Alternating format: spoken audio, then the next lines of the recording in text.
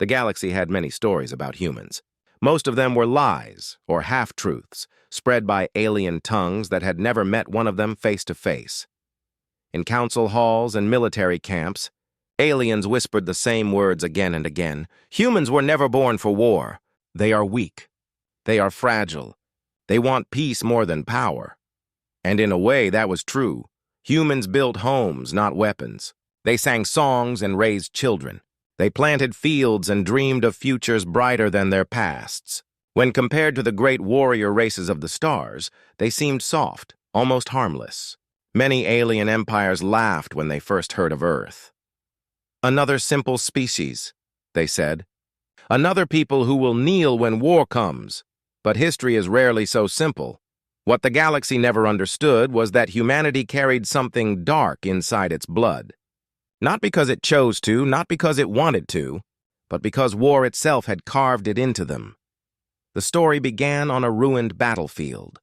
Long ago, a war had burned across 3 suns and left nothing but ash and broken ships in orbit. Dead machines floated in silence. Charred armor lay half buried in the dirt. No one returned to that place. Not humans, not aliens. It was cursed ground, but one day scavengers landed.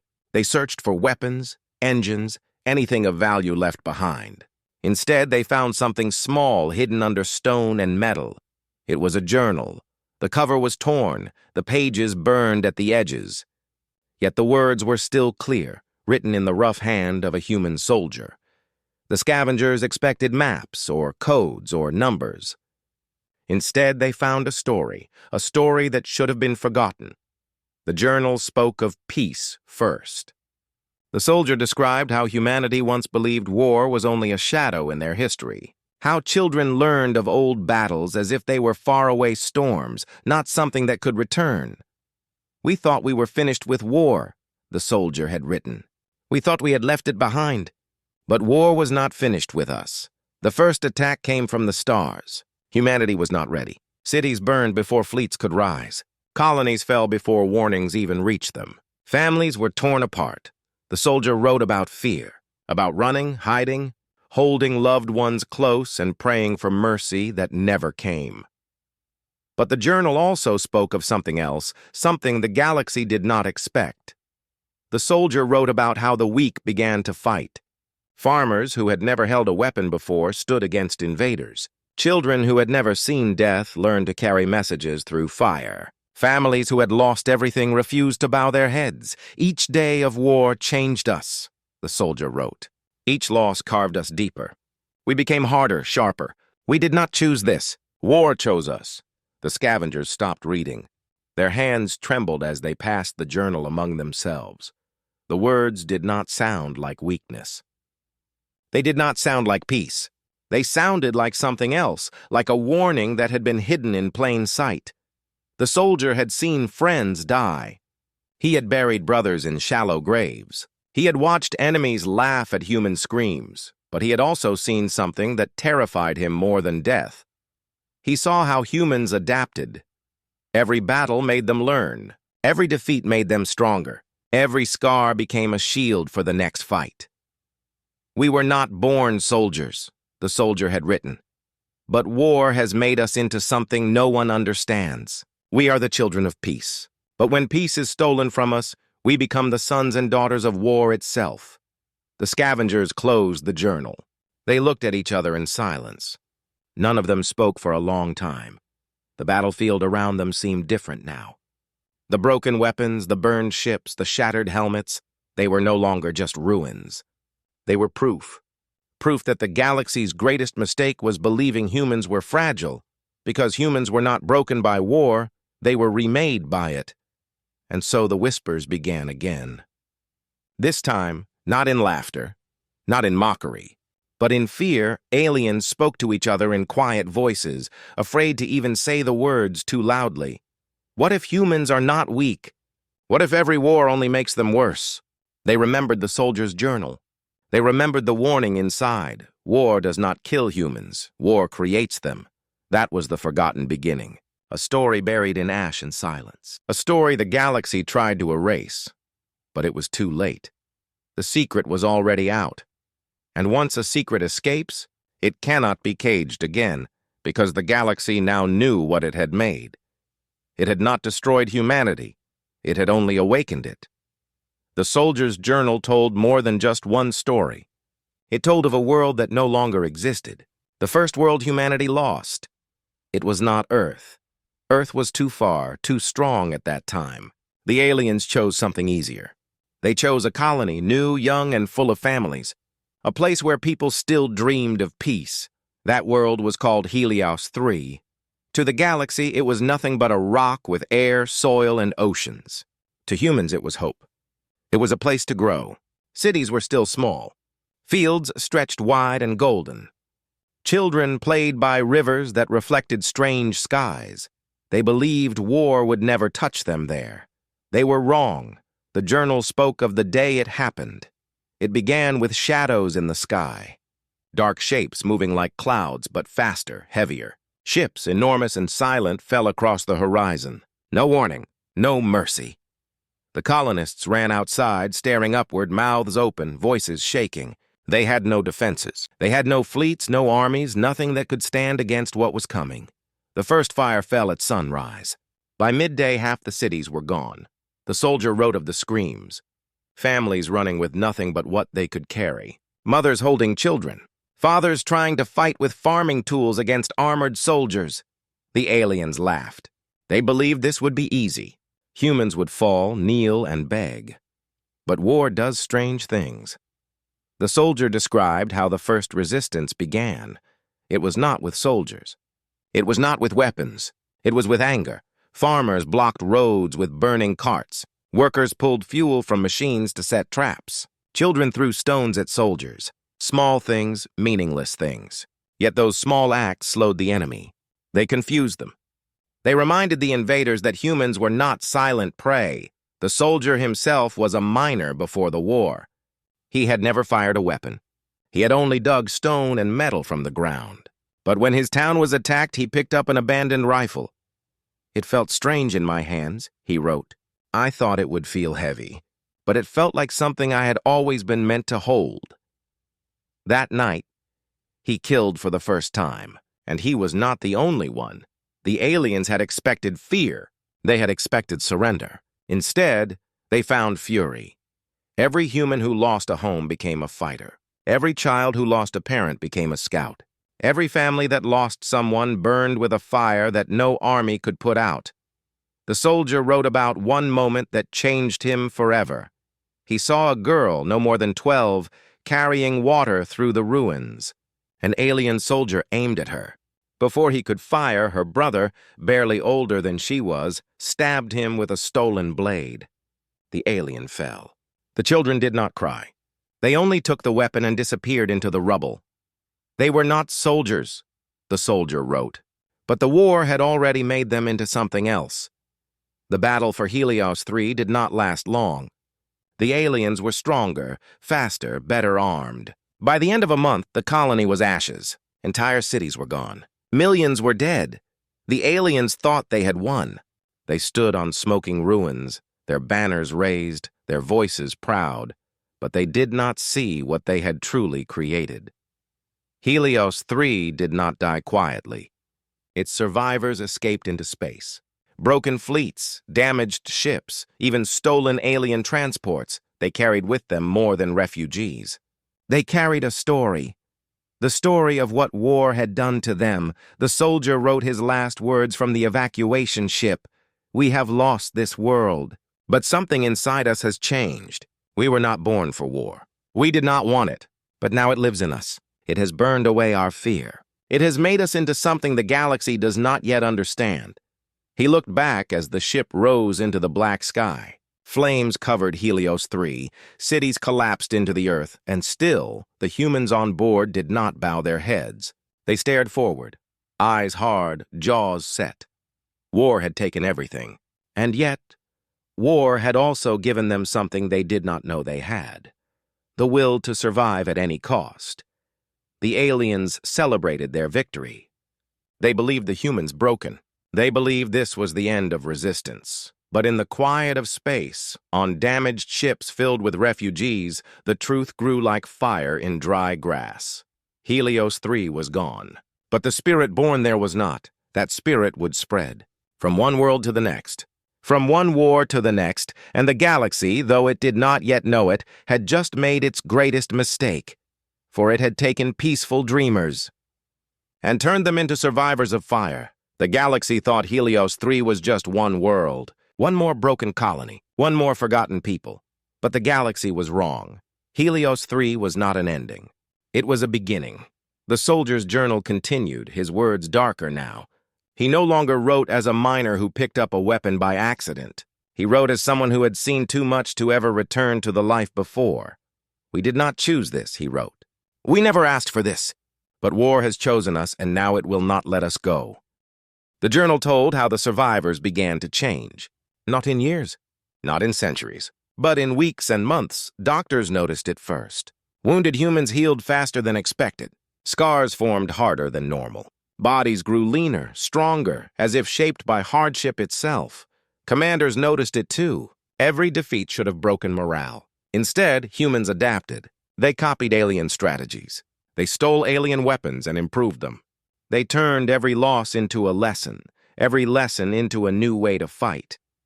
It was as if the war itself was forging them, piece by piece. The soldier described his own change. He remembered the first time he aimed at an enemy. His hands had trembled. His breath had shaken. His finger had refused to pull the trigger. But now, his hands were steady. His breath calm. The trigger pulled itself. He no longer felt fear, only focus. Only fire. I was not born a weapon, he wrote. But the war has carved me into one. And he was not alone. The aliens noticed. At first, they laughed. Humans copy us, they said.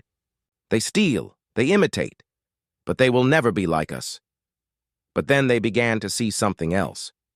Humans were not just copying. They were improving. Weapons built by alien hands were being reshaped, reforged, made deadlier by human minds. Tactics once used against humans were now being used back against their creators, with terrifying success. One alien commander wrote in his own report, "They learn too quickly. They adapt too fast. Every battle is like teaching them how to destroy us." The soldier's journal spoke of one mission that changed everything. It was a raid on a small alien outpost. Only a handful of humans attacked with stolen rifles and homemade explosives. They should have lost. The enemy had stronger walls, better weapons, trained soldiers, but the humans did not fight like any army the galaxy had ever seen. They fought in silence. They crawled through mud, waited for shadows, struck only when sure. They did not waste bullets. They did not rush. They did not break. When the battle was over, the humans had won. Not because they were stronger, not because they were faster, but because they adapted to every move the enemy made. The aliens were shocked. This was not supposed to happen. After that raid, a rumor began to spread through alien fleets. Rumors whispered that humans could not be defeated by the same tactic twice. That pain only made them harder. That war itself was shaping them into something new. The soldier's words gave life to those fears. Every time they strike us, we change. Every time they burn us, we rise from the ashes sharper than before. They think they are killing us, but they are only forging us. The journal told of the nights when survivors gathered around dim lights, speaking of their dead, holding their grief close. But instead of silence and despair, their voices were steady. Every name of the fallen became fuel. Every memory became a reason to fight. The soldier wrote, "Grief does not crush us. It sharpens us. We are not born for war, but grief is the hammer and war is the forge. And we are what comes out of the fire." The aliens tried harder. They burned villages, starved colonies, poisoned fields. They thought cruelty would break humanity at last. But cruelty only deepened the change. Starving humans learned to live with less. Homeless humans learned to move in silence. Children grew into fighters before they became adults. The galaxy began to see the truth. Humanity was becoming a weapon. Not by choice, not by design, but by survival itself. The soldier's journal ended that chapter with a chilling line. "We are not the army they fear. We are not the soldiers they imagine. We are something far worse. We are the weapon they made without meaning to. And one day, that weapon will turn against them. That was the weapon humanity never chose to be. Not built in factories, not trained in schools, but built in fire, blood, and grief. The galaxy did not yet know how dangerous that weapon was, but it would learn, and it would regret ever awakening it. The galaxy had always seen humans as prey, but prey was never supposed to bite back. The soldier's journal spoke of the first time fear changed sides. The first time the hunters realized they had become the hunted, the aliens launched their second great campaign against humanity. This time they came prepared. They had studied the First War. They had built new weapons, heavier ships, larger armies. They believed they knew what humans could do and how to stop them. But what they did not understand was simple. Humans never fought the same way twice. The journal described how the campaign began. Entire fleets appeared at once, surrounding human space. Planets trembled under fire. Colonies fell under bombardment. It should have been the end. Yet strangely, the humans did not answer. Not at first. There were no counterattacks. No great armies rushing to meet the invaders. The aliens searched the forests, the cities, the mountains, yet found no one. The humans were gone. At least that is what they thought. The soldier wrote of those days in silence. We watched them march. We watched them burn our homes again. We watched from shadows, from ruins, from holes in the ground. They thought we were broken. But we were waiting. And then, the waiting ended. The first alien patrol disappeared without a sound. The second returned with half its soldiers dead. The third came back screaming about shadows in the trees, about fire from nowhere, about enemies who vanished before they could be seen. The aliens laughed at first. They called it cowardice. They said humans hid because they were weak. But the laughter ended quickly, because every night more soldiers went missing. Every morning more patrols failed to return. Entire camps were found destroyed not by armies, but by small groups who struck in silence and vanished. The journal told of one such night. The soldier and his team crawled through mud for hours, moving slower than the wind. They reached the enemy camp just before dawn. Inside, hundreds of aliens slept, their weapons stacked neatly in rows. The humans did not rush. They did not scream.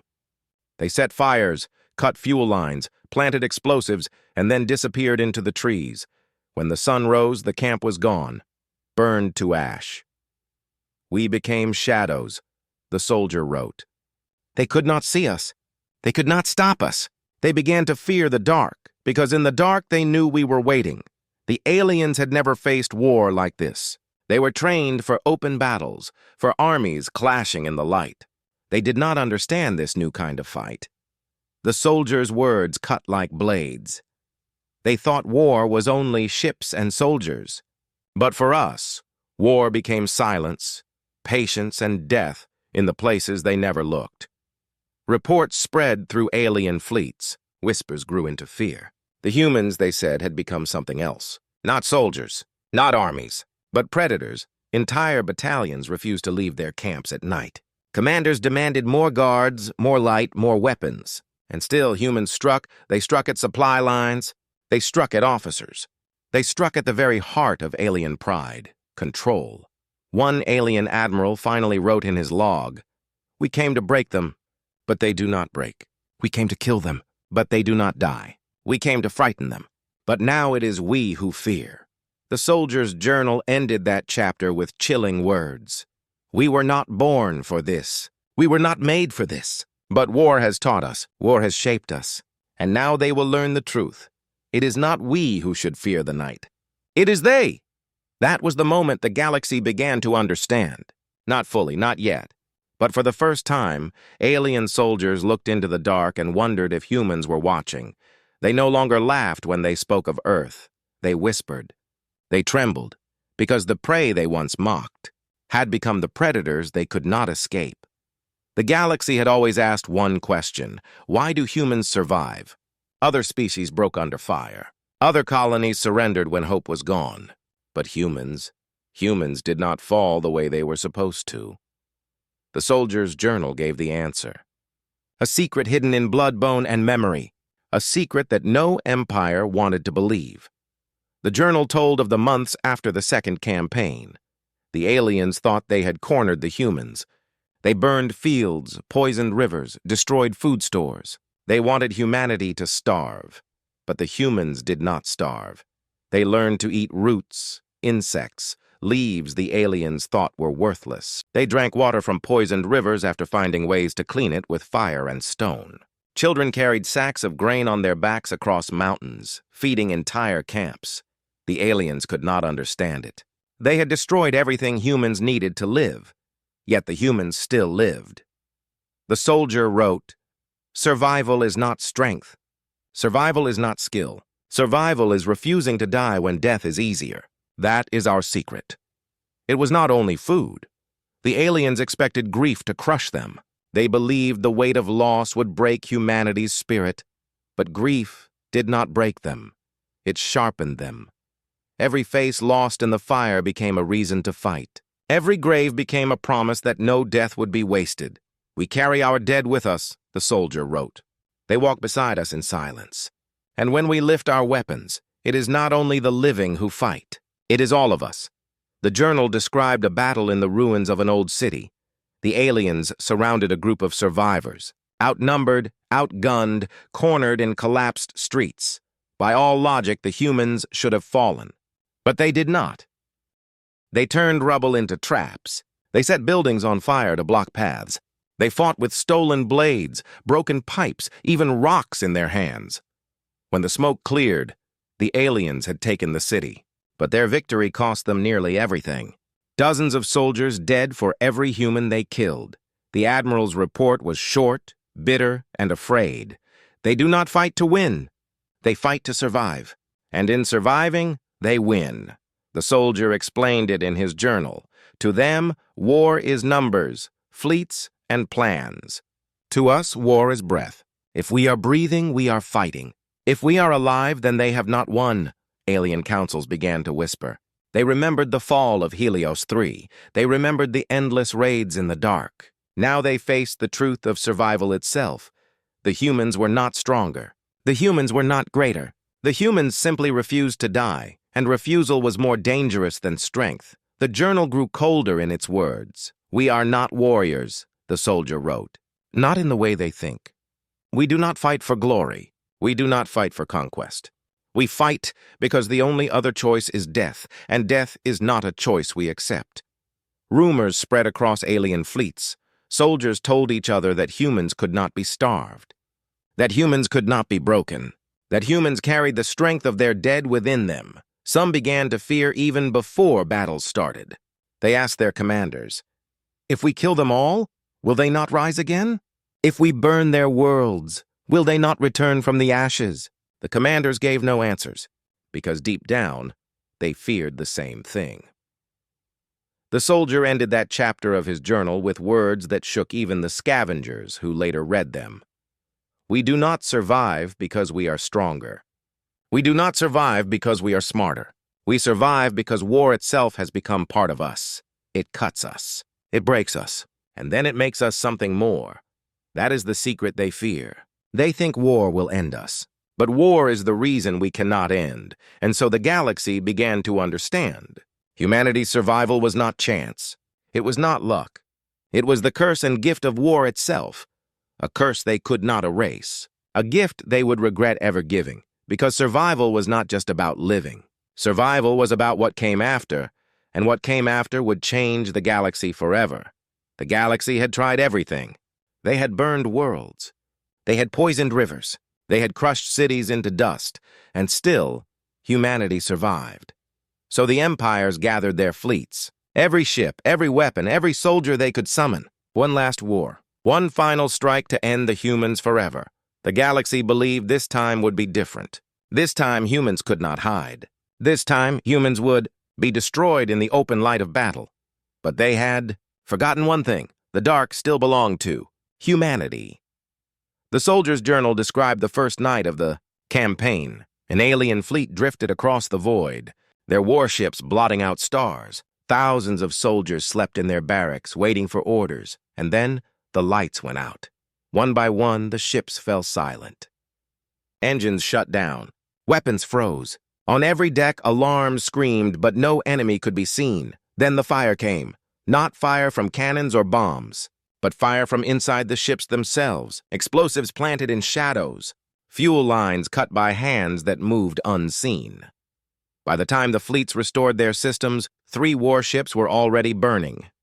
Thousands of soldiers were gone, and the humans had vanished again, leaving nothing but silence. The soldier wrote, "They think war is theirs. They think it belongs to armies, fleets, and banners. But war belongs to the dark, and the dark belongs to us." The campaign pressed on. The aliens advanced across ruined colonies and broken stations. But no matter how far they pushed, they could not escape the fire. Supply convoys vanished. Command ships exploded without warning. Entire divisions woke to find their officers dead, their camps destroyed. The humans struck at night, at dawn, in fog, in rain. Never the same way twice, never where they were expected. The aliens had the numbers. They had the weapons. But the humans had patience. And patience was sharper than any blade. The journal told of one battle in the mountains of a shattered world. Alien soldiers marched through narrow passes, their torches lighting the path. The cliffs above were silent. The valleys below seemed empty, and then the rocks moved. Explosives hidden beneath stone tore the mountains apart. Boulders crushed armored vehicles. The sky itself seemed to fall. When the dust cleared, the aliens found nothing. No soldiers, no bodies, only silence in the dark. "They feared us before," the soldier wrote. "But now they fear the places where we might be.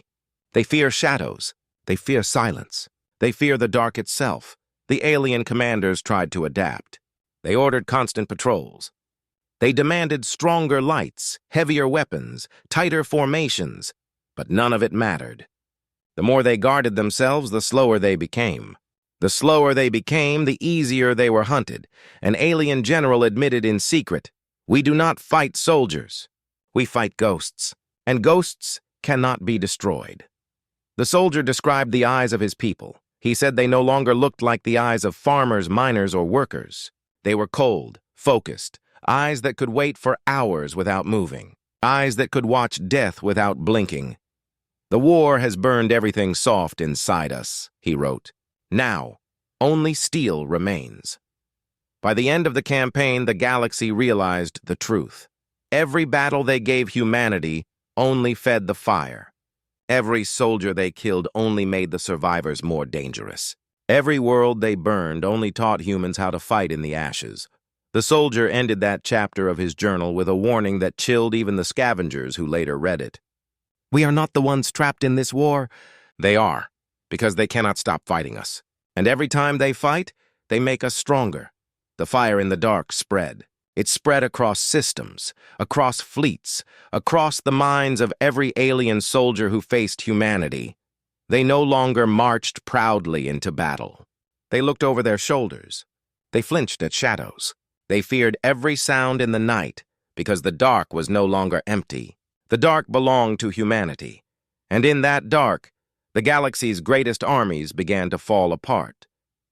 The galaxy had seen human weapons. They had seen human tactics, but they had not yet seen the truth.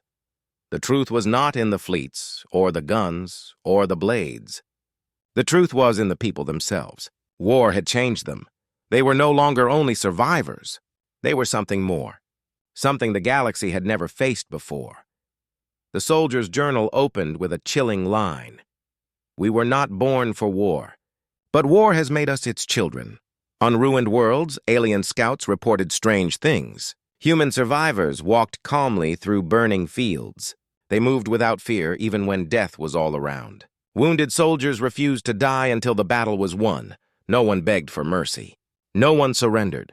It was as if humanity had cut fear out of their hearts. The aliens began to whisper. They said humans were not people anymore. They said war had carved them into something new, creatures that could endure anything. One alien officer wrote, "We fight beings who should not exist. Pain does not stop them. Loss does not break them. And when they rise from the ashes, they are stronger than before." The journal described one night when an alien fleet cornered a human outpost. The aliens had overwhelming numbers. Victory was certain. They gave the humans one chance to surrender. The humans said nothing. When the attack began, the humans did not retreat. They did not hide. They fought with a calm fury, every strike precise, every movement exact. Even as the walls fell, even as their numbers thinned, they fought harder. The aliens won the battle, but when the smoke cleared, half their army was gone, and the humans who survived disappeared into the night, leaving the galaxy to wonder, was that defeat, or was that another lesson? The soldier wrote of his own comrades. He said they no longer dreamed of home. They no longer wished for peace. Peace felt like something from another life. Now they only dreamed of war, not because they loved it, but because it was all that was left. War is not just around us anymore, he wrote. It is inside us. It breathes with us. It guides our hands. It shapes our hearts. We are no longer who we were. The aliens could not understand it. They had seen species fight for survival before. They had seen desperate rebellions, hopeless wars, but humans were different. Every loss made them sharper. Every wound made them harder. Every death turned into strength for the living. It was like watching fire feed on its own ashes, growing brighter each time it burned. In secret councils, alien leaders spoke in fear. If we keep fighting them, they will become unstoppable. But if we stop fighting, they will not forget. They will not forgive. Either way, war has made them eternal. The journal told of one final test. A human squad was captured and taken to an alien stronghold. They were tortured, starved, broken in every way. The aliens thought this would end their spirit, but it only revealed the truth. One by one, the soldiers died, not with screams, but with silence. And the last survivor, beaten and bleeding, whispered a single line before his death. You think you have won. But we are made by war, and war never dies. The words spread across the galaxy. They were carried on broken signals, whispered in alien barracks, recorded in forbidden reports, made by war. Not by choice, not by birth, but by the fire that had burned humanity into something unbreakable. The soldier's journal ended that chapter with a warning. Peace is no longer our teacher. War has claimed us, and if the galaxy continues to test us, it will learn this truth. You cannot kill what war has already forged. In the silence of space, in the ashes of worlds, the galaxy understood. Humans were no longer the species they thought they knew. They were no longer weak, no longer fragile, no longer afraid. They were made by war, and that truth would haunt every empire forever. The soldier's journal was almost finished. Its pages were torn, blood-stained, and burned at the edges. But the final words inside revealed the truth the galaxy had feared all along. It was not weapons. It was not fleets. It was not numbers. The true secret of humanity's survival was far darker. The galaxy had always believed war destroyed life. Armies collapsed. Cities burned. Civilizations ended. That was the natural order of war, but for humans, war was different. War did not end them. War shaped them. The soldier wrote, "Every battle is a grave for others. But for us, every battle is a forge. We walk into fire and we come out sharper." Alien generals had seen it with their own eyes. After each campaign, humans should have been weaker. They should have been broken, scattered, finished, but instead they grew stronger. Their strategies became more ruthless. Their soldiers became more unshakable. Even their children, born in the ruins, carried the fire of war in their eyes. It was not survival anymore. It was transformation. The journal told of a time when the galaxy believed humans had finally been cornered. Every fleet gathered, every weapon pointed, every army ready. It was the largest alliance ever seen. They gave humans no escape. No shadows, no ruins, no dark to hide in. And yet, when the battle began, the galaxy trembled. Because humans did not fight to survive anymore. They fought to become. They moved like predators, silent and precise. They struck with calm, almost cold fury. Not wild, not desperate, but focused, as if every movement was part of something larger. Even as they fell, they fought with the strength of 10. Even as they died, their eyes still burned with the fire of war. The galaxy won that battle, but it felt nothing like victory. The soldier's final words explained why. War has taken everything from us. Our homes, our peace, our past. But it has given us something no other species has. It has given us unity. That was the secret. Not weapons, not numbers, not even strength, but unity. When war came, humans stood together. No empire, no tribe, no border, only one people, one will, one fire. The galaxy never understood it. Other species fractured when war came. Humans fused. Every loss bound them tighter. Every death made the living fight harder. The soldier ended with a warning: do not think you can break us. Do not think you can burn us out of existence. Because the more you strike, the stronger we become. We are not born for war, but we are made by it. And as long as war exists, so will we. The scavengers who found the journal spread its words. Across markets, across fleets, across secret halls of power, the galaxy listened in silence and fear, because they finally understood the truth. They had not created war against humanity. They had created humanity through war, and there was no turning back. Rumors spread in the years that followed, that humans no longer feared death, that they no longer prayed for peace, that even if their worlds were ash, they would rise again. Aliens whispered of soldiers who fought on with broken bodies, of fleets that returned from destruction stronger than before, of children raised in war who looked at battlefields the way others looked at home. The galaxy realized the most terrifying secret of all. War was not humanity's curse. It was their fuel, their teacher, their identity. The journal closed with its final words, carved deep into the page as if the soldier wanted the galaxy to never forget. We are not survivors of war. We are its creation, its children, its heirs. And when the galaxy asks how we endure, the answer will always be the same. We survive because war made us. And so the story ended. Not with peace, not with surrender, but with the truth echoing through the stars.